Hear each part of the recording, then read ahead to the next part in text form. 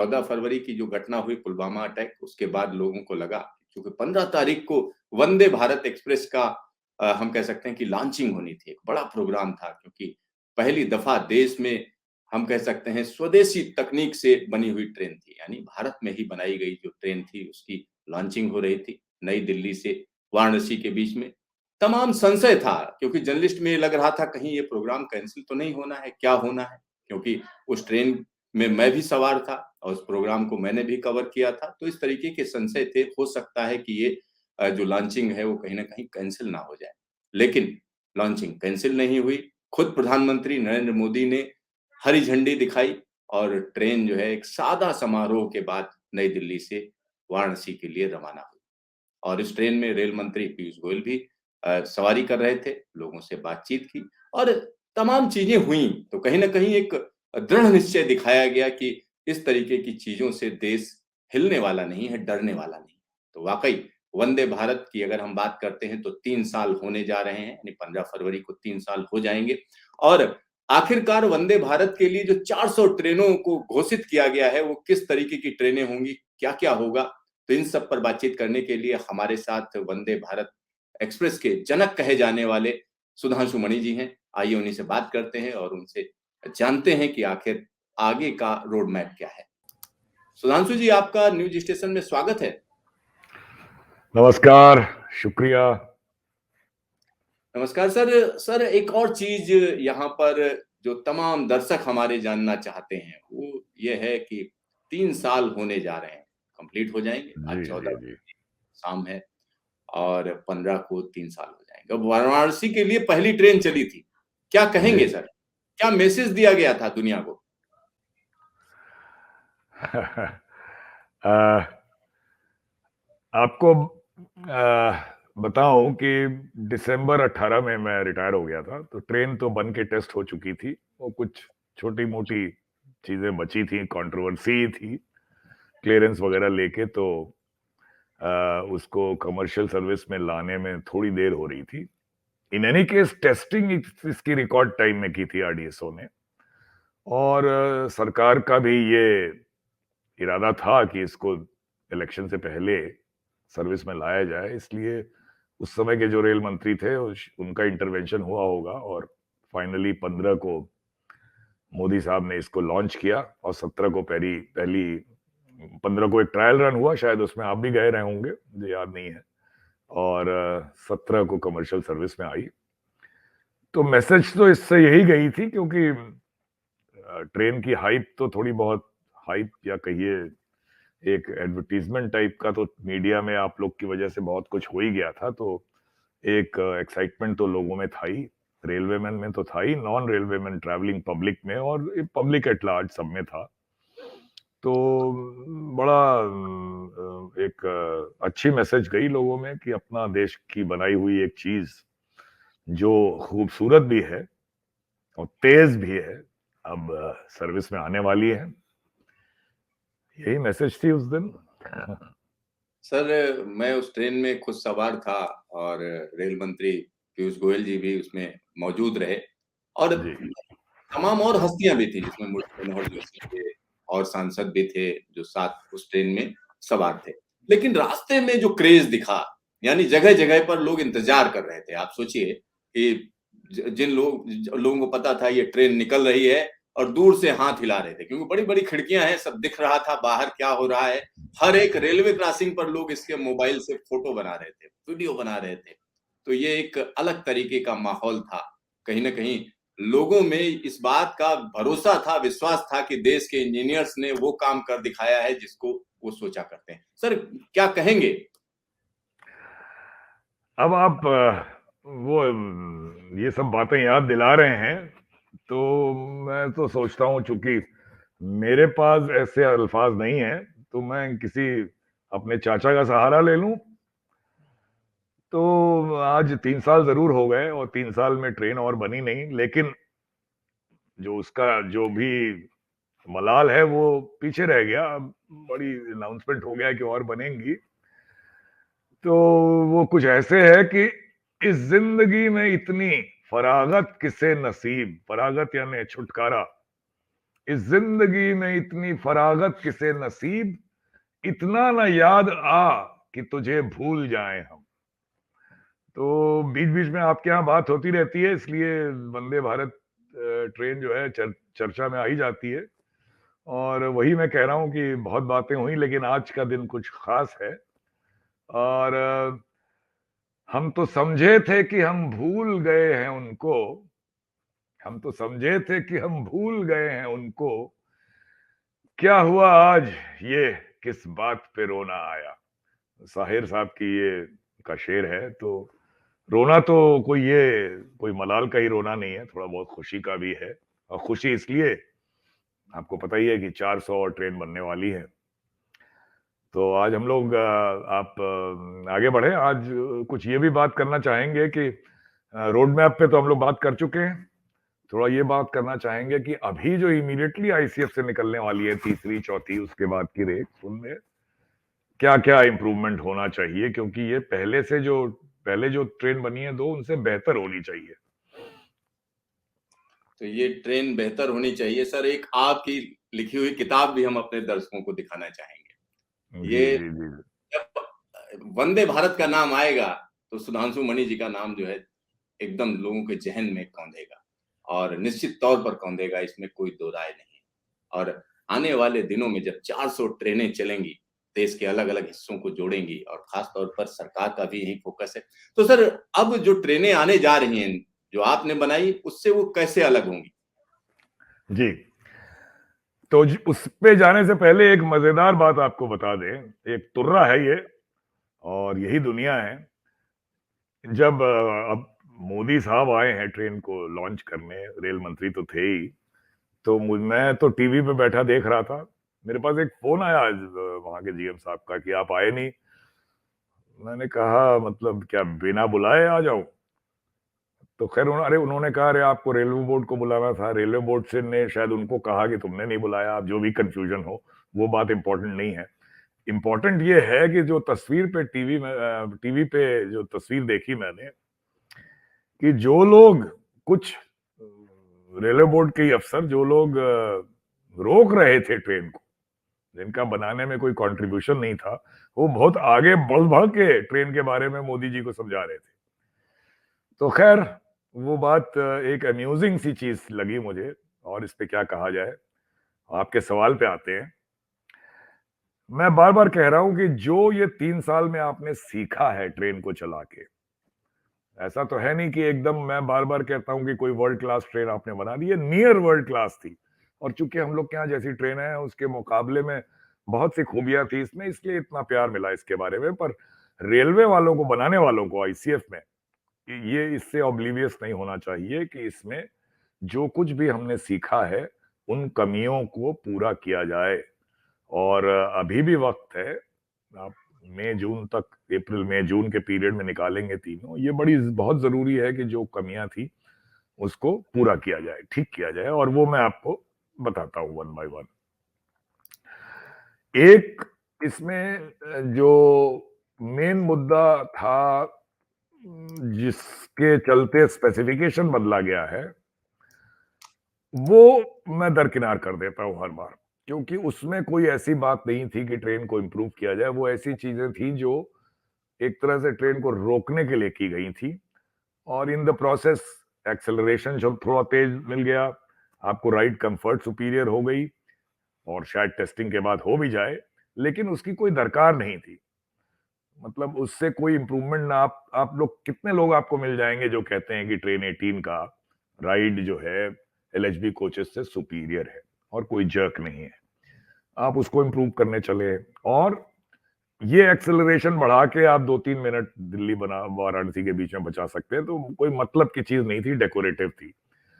लेकिन जो technical issues improvement करने वाले हैं, उसमें आप देखिए कि टेक्निकल इश्यूज ऐसे हैं कि जो वेंटिलेशन जो है ट्रैक्शन मोटर्स का, वो इंप्रूव करना है। ये प्योरली टेक्निकल मुद्दा है, पैसेंजर से इससे मतलब नहीं है।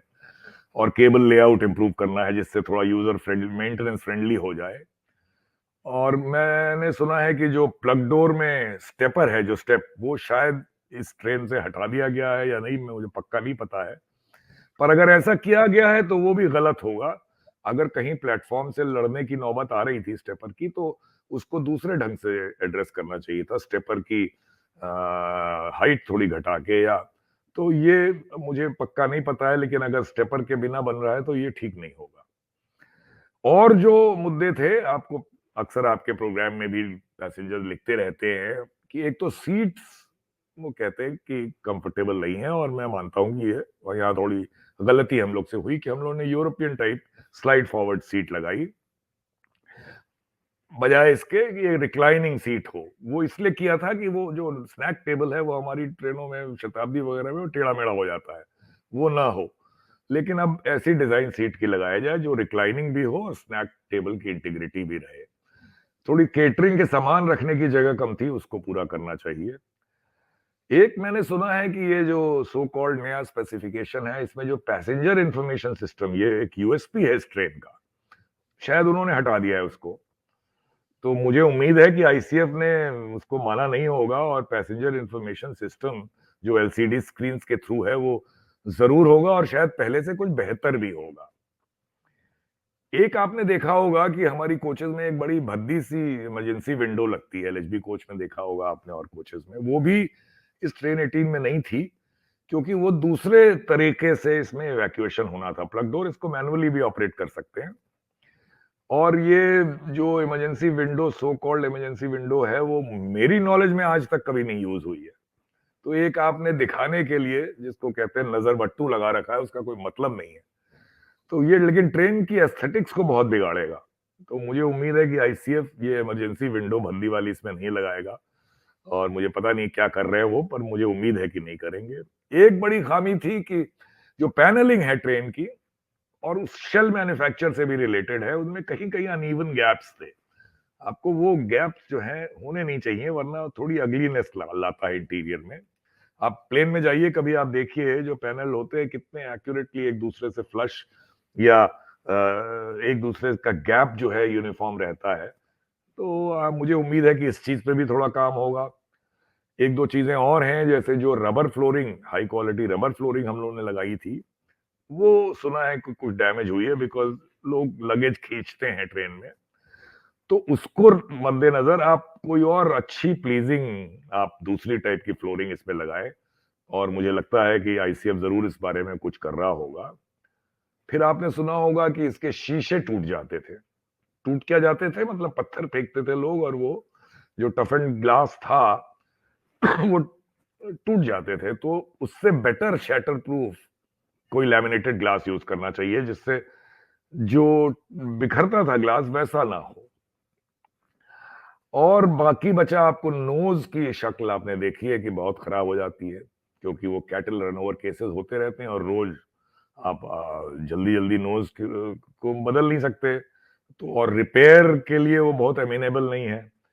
तो इसका सॉल्यूशन क्या हो, इसका सॉल्यूशन बहुत लोगों ने कहा कि कैटल गार्ड लगा दीजिए। तो कैटल गार्ड देखिए आप लोकोज में हमारे होता है, वो एस्थेटिक्स को बहुत स्पॉइल करता है। वो जरूरत है उसकी, लेकिन इस ट्रेन की यूएसपी ही इसकी एस्थेटिक्स है। तो मेरे ख्याल से अभी इसका कोई पक्का सॉल्यूशन तो सामने नहीं आया है। दो ही चीज हो सकती है कि जो कैटल प्रोन एरियाज हैं, रन ओवर प्रोन एरियाज, वहां पे कोई और तरीके इस्तेमाल करिए आप, जब तक फेंसिंग नहीं हो जाती।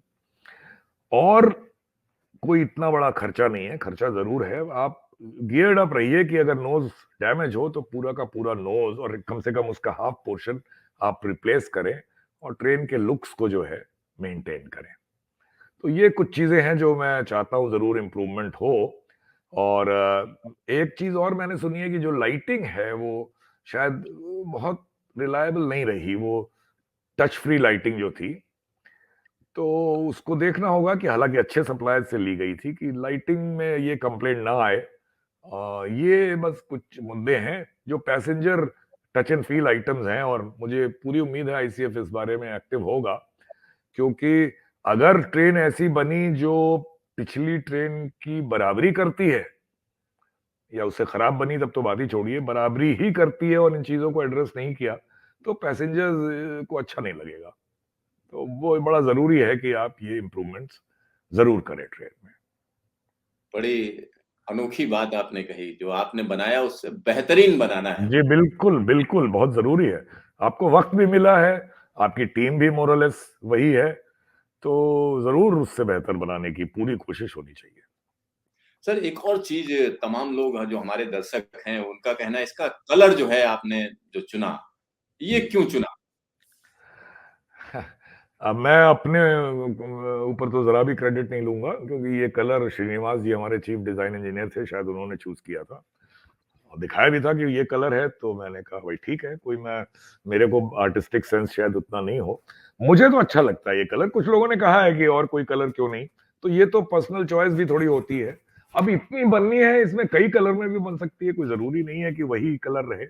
एक चीज जरूर हम लोगों ने की थी, ये जो प्लग डोर हैं इसके, ये बाहर से बन के आए और उनको जो रंग कम्युनिकेट करने में शायद कुछ कोई लैक ऑफ कम्युनिकेशन हो गया या जो भी हुआ, तो वो रंग, उसका नीला रंग वो उससे मैच नहीं किया जो नीली धारियां ट्रेन में थी। तो ये हुआ कि इसको फिर से पेंट किया जाए, लेकिन इतना बढ़िया पेंट होके आई थी वो कि हम लोगों ने डिसाइड किया कि नहीं, ये ऐसी ही रहेगी कंट्रास्ट में। और इन दी एंड वो कंट्रास्ट जो प्लग डोर के कलर का है, वो मेरी नजर में तो बड़ा अच्छा दिखता है। और जहां तक और ट्रेन का सवाल है, इससे बेटर कलर स्कीम भी बन सकती है, जरूरी।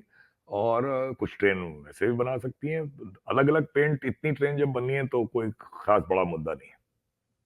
खास मुद्दा नहीं है कलर का, तो जी। कलर जी। स्कीम अलग भी हो सकती है। सर एक और चीज़ है, जैसे इस समय जो चल रही हैं शताब्दी, राजधानी टाइप की ट्रेनें, अब जी। उसमें एक अलग क्लास हो गया है ये वंदे भारत का। तो वंदे जी। भारत में सारी ट्रेनें तो सीटिंग वाली नहीं होंगी, तो उसके लिए क्या है? तमाम लोग ये पूछते हैं क्या स्लीपर क्लास इसमें होगा, हम्म। नहीं होगा? जी। हाँ, जैसा मैंने, या जी बिल्कुल आपसे पहले बात की, पहले तो चेयर कार की ही बात कर लें। अगर मुझे लग रहा है ये 102 जो ऑर्डर में है, यानी 42 और उसके बाद की 60, इसमें स्लीपर वर्जन अभी शायद नहीं है। मैं तो अभी भी कहूंगा इसके अंदर ही स्लीपर वर्जन बनना चाहिए, वरना बहुत लेट हो जाएगा। मैं तो उसको ट्रेन 23 बोलता आ रहा हूँ कि आप 6 महीने में डिजाइन करिए और प्रोटोटाइप बनाइए, टेस्ट कराइए, और 2023 में कई रेक आप स्लीपर वर्जन की लाइए। अगर ये सारी की सारी चेयर कार बननी है, तो देखिए एक दिक्कत आएगी। आप 102 ऐसी ट्रेनें जिनमें ये फेयर देने देने को लोग तैयार हों, ये मुझे लगता है थोड़ी मुश्किल इसमें आएगी। बिकॉज कितनी भी आप सर्विस दे दें, आप बहुत ज्यादा आप इसमें टाइम नहीं बचा पा रहे हैं जितना बचना चाहिए। बिकॉज सेक्शनल स्पीड कम मिलेंगी आपको, वहाँ 120 किलोमीटर वाले सेक्शन में भी चलाना होगा, 110 किलोमीटर वाले सेक्शन में भी चलाना होगा। सिर्फ एक्सेलरेशन की वजह से जितना टाइम बच जाए एक्सेलरेशन डिसेलरेशन का, तो ये एक मुद्दा सामने आएगा कि जब वहां आप लगाएंगे तो आप क्या फेयर चार्ज करेंगे, आप क्या वंदे भारत का ही फेयर चार्ज करते रहेंगे और क्लाइंटेल मिलेगी कि नहीं, ये वक्त बताएगा। मैं अभी इसमें बहुत पक्का नहीं कुछ बोल पा रहा हूं। जब तक टाइम बचाएगी ट्रेन, तो जरूर मिलेंगे लोग, और सर्विस तो इसमें है ही, और सर्विस बाय एंड लार्ज अच्छी चल रही है। लेकिन वही घूम फिर के ये बात हुई कि स्लीपर वर्जन जरूरी है अगर आपको इतनी ट्रेन डिप्लॉय करनी है। और हम लोग कई बार इस पे बात कर चुके हैं। मुझे उम्मीद है कि आईसीएफ में काम शुरू हो गया होगा और अपनी पूरी ताकत के साथ जल्दी स्लीपर वर्जन पे काम करेंगे वो लोग और सामने लाएंगे उसको। सर एक आखिरी सवाल है, तो जी। इसमें ये है कि एल्युमिनियम कोचेज की भी बात हो रही है। तो जी। एल्युमिनियम जी। कोचेज इसमें लगेंगे तो कितना स्पीड पे फर्क पड़ेगा? क्या इसकी स्पीड जो है, क्योंकि मैं इसमें एक हाँ, ट्रायल में बैठा था, 182 केएमपीएच पर ये ट्रेन चलाई गई थी आगरा और जी। जी। दिल्ली जी। में। उस ट्रायल में भी मैं था। तो क्या जो है, जब एल्युमिनियम की बनेगी तो क्या फर्क पड़ेगा? जी। तो जो मैंने पिछली बार आपके प्रोग्राम पे कहा था कि 3 तरीके से ये आ सकती हैं, मतलब 1/3 आईसीएफ मेनली, और कुछ दोनों पीयू और बनाए। 1/3 एल्यूमिनियम कोचेस ट्रेन सेट का आप टेंडर करिए और एक किसी कोलैबोरेटर के साथ लाइए। तीसरा था प्राइवेट ट्रेन। तो एल्यूमिनियम वाला जो ट्रेन आनी चाहिए, उसका सबसे बड़ा फायदा है एक तो लाइट वेट। अब एग्जैक्ट तो मैं नहीं कह सकता, लेकिन मुझे लगता है कि हर कोच पे 2 से 3 टन शायद बच सकता है, जिससे एनर्जी सेविंग के टर्म्स में काफी बड़ी सेविंग होगी। एल्युमिनियम ज्यादा एस्थेटिकली प्लीजिंग है और ज्यादा ड्यूरेबल भी है, तो ये भी एक फायदा होगा। और चूंकि एक कोलैबोरेटर भी एल्युमिनियम होने की वजह से आप बता रहे हैं, तो और जो हमारे में कमियां थी ट्रेन 18 बनाने में, ट्रेन कॉन्फ़िगरेशन में, प्रोफाइल में, एनर्जी एफिशिएंसी में, प्रोपल्शन में, वो ट्रेन 18 से बेहतर ही कोई लाएगा।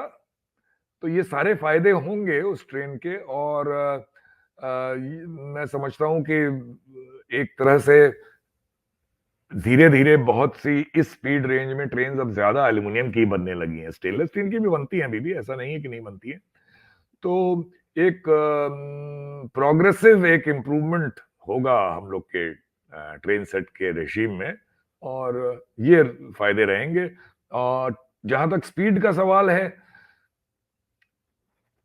जहां 160 का ट्रैक आपके पास आ गया, उस 160 के ट्रैक पे, यानी उसमें फेंसिंग भी होगी, जहां जहां बहुत जरूरत है वहां तो होगी ही, पूरी नहीं भी हुई तो उसके बाद उस 160 के ऑपरेशन को ट्रेन 18 हो या ये एल्यूमिनियम वाली ट्रेन हो, 200 तक ले जाना इतनी बड़ी बात नहीं है। ये हम लोग आईसीएफ के इंजीनियर्स ही कर सकते हैं। उसमें हो सकता है एक आध छोटी मोटी कंसल्टेंसी जरूर लग जाए, लेकिन ये ऐसी चीज है जो सक्षम है आईसीएफ करने के लिए। बहुत थ्रस्ट उस पर इसलिए नहीं है कि आपके पास कोई ट्रैक ही नहीं है उतनी स्पीड पे चलाने के लिए। उसमें आप टिल्टिंग शायद लगाना चाहें, पक्का मैं अभी भी नहीं कहूंगा। ये इस बात पे निर्भर करेगा कि कितने जिन सेक्शन में चलाना है उसमें कर्वेचर कितने हैं। अगर ज्यादा कर्वेचर नहीं है तो उसका एडवांटेज टिल्टिंग का कम होगा। रिलायबिलिटी इश्यूज भी हैं टिल्टिंग के साथ, लेकिन मुझे लगता है कि एक वर्जन टिल्टिंग के साथ भी बनना चाहिए, और ये एल्यूमिनियम वाली जो ट्रेन आ रही है उसके साथ कर दिया जाए तो और अच्छा है। तो ये सब पॉसिबिलिटीज हैं, and we have to see how things shape up. तो सर, आपका ढेर सारा धन्यवाद। आपने इतनी तमाम जानकारी दी, और हम चाहते हैं कि लगातार हमारे दर्शकों का जो है आप ज्ञान बढ़ाते रहें, साथ ही साथ उनकी जो क्वेरीज हैं उनका जवाब जी देते रहें, और जी, ये लोग तो चाहते हैं बड़े कि आप लगातार बने रहें सर। नहीं, मेरे को खुद आनंद आता है आपसे और आपके थ्रू आपके दर्शकों से बात करने के लिए। बहुत बहुत शुक्रिया। My pleasure. धन्यवाद सर। तो यहाँ पर आप समझ सकते हैं कि जो सुधांशु मणि जी की जब हम बात करते हैं तो निश्चित तौर पर वंदे भारत का निश्चित तौर पर नाम आता है, और वंदे भारत का जब नाम लेंगे तो सुधांशु मणि जी का नाम आता है। तो एक बड़ा काम हुआ है, और वो काम अब और बड़ा हो जाएगा, निश्चित तौर पर और बड़ा हो जाएगा, क्योंकि 400 ट्रेनें आनी है, और 400 ट्रेनों का मतलब है भारतीय रेलवे का पूरा चेहरा बदल जाएगा। और जहां आसपास के इलाकों में जाने में सहूलियत होगी, कम समय में आप पहुंच पाएंगे और बेहतर सुविधाओं के साथ पहुंचेंगे। सेफ्टी हम कह सकते हैं प्रायोरिटी होगी, यानी आप सेफ पहुंचेंगे, सेफ ट्रेवल होगा। ये सारी चीजें भारतीय रेलवे का टारगेट है। तो देखते रहिए न्यूज स्टेशन, फिर मिलेंगे दोबारा।